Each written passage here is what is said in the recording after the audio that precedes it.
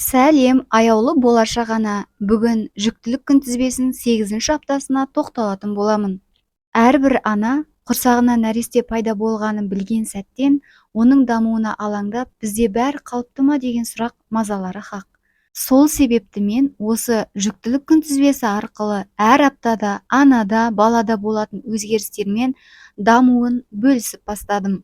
Сіздегі өзгерістер дұрыс па білу үшін менімен бірге болыңыз. Сізге пайдалы ақпарат болатынына сенімдімін. Сондықтан мені жоғалтып алмас үшін қоңыраушаны басып, маған жазылып алыңыз. Жалпы жүктіліктің 1-ші аптасынан 13-ші аптасына дейін алғашқы 3 айлық болып табылады. Осы уақыт аралығы жүктіліктің ең жауапты кезеңі болып табылады. Себебі осы уақытта іштегі нәрестенің барлық ағзасының дамитын, қалыптасатын кезеңі. Жүктіліктің 8-ші аптасында ішіңіздегі кішкентай ғана нәрестенің сүт тістерінің орны пайда болады және жыныстық жүйесі дамиды. Кішкентай ғана ботақанның өсуі тек 2,5 см болғанына қарамастан бет әлпеті пайда болады. Сонымен қатар оның қабақтары пайда болады және мұрынның ұшы түзіле бастайды. Жүрегі камераларға бөліне бастайды, жүрек соғысын анықтауға болады. Бұлшықет мидан келетін қозғалыстың әсерінен қысқарады. Сәбиіңіздің қаны арқылы оның қай қан тобына жататындығын анықтауға болады. 8-ші аптада жатырыңыз өсіп, қасындағы ағзаларды сырып бастауы мүмкін. Бірінші жүктілік болса, жатырыңыздың ауырсынуы қалыпты жағдай. Осы аптада жатыр мойнында шырышты қорғаныс пайда болады. Ол пробка деп аталады. Ол сіз босанғанша қорғаныш мақсатында Алланың жаратқан шырышты қақпасы.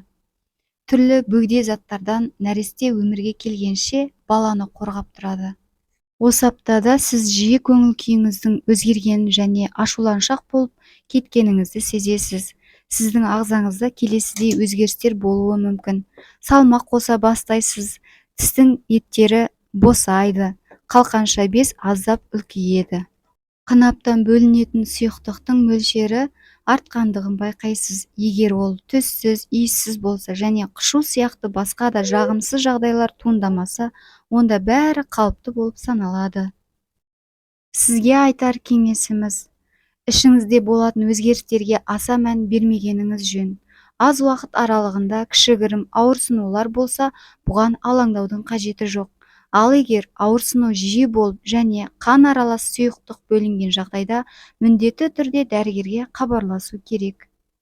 Дені сау, ақыл-ойы толысқан, сапалы ұрпақ әкелу әрбір ананың арманы болса, сізге де осы бақытты тіледім. Сіздің жүктілігіңіз қалай өтуде? Бұл нешінші жүктілігіңіз? Пікір қалдырыңыз. Бұл мен үшін өте маңызды. Сізге ақпарат пайдалы болды деген ниеттемін. Құрбыларыңызбен, жақындарыңызбен, жеңгелеріңізбен бөлісуді ұмытпаңыз.